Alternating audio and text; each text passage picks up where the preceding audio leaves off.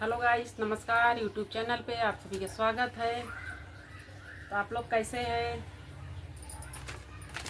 Comment करके ज़रूर बताना। मैं एक गाना सुनाने जा रही हूँ, कैसा लगेगा कमेंट में ज़रूर बताना।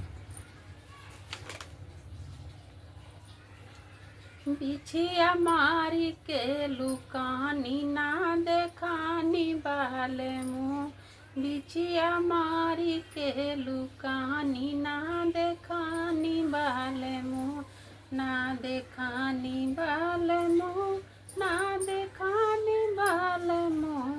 तोहरी मम्मी हई कठोरवा ना झरैली बाले मुँह, तोहरी मम्मी हई कठोरवा ना झरैली बाले मुँह।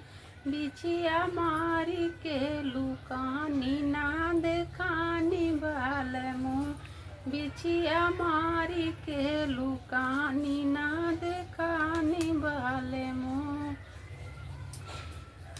तोहरी भौजी हई कठोरवा ना झरैली बाले, बिछिया मारी के लुकानी ना देखानी बाले मुँह, ना देखानी बाले मुँह, ना देखानी बाले मुँह।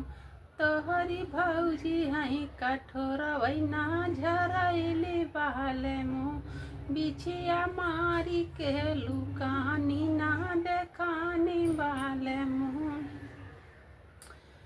तोहरी बहिनी हई कठोरवा ना झरैली बाले मुँह, बिछिया मारी के लुकानी ना देखानी बाले मुँह।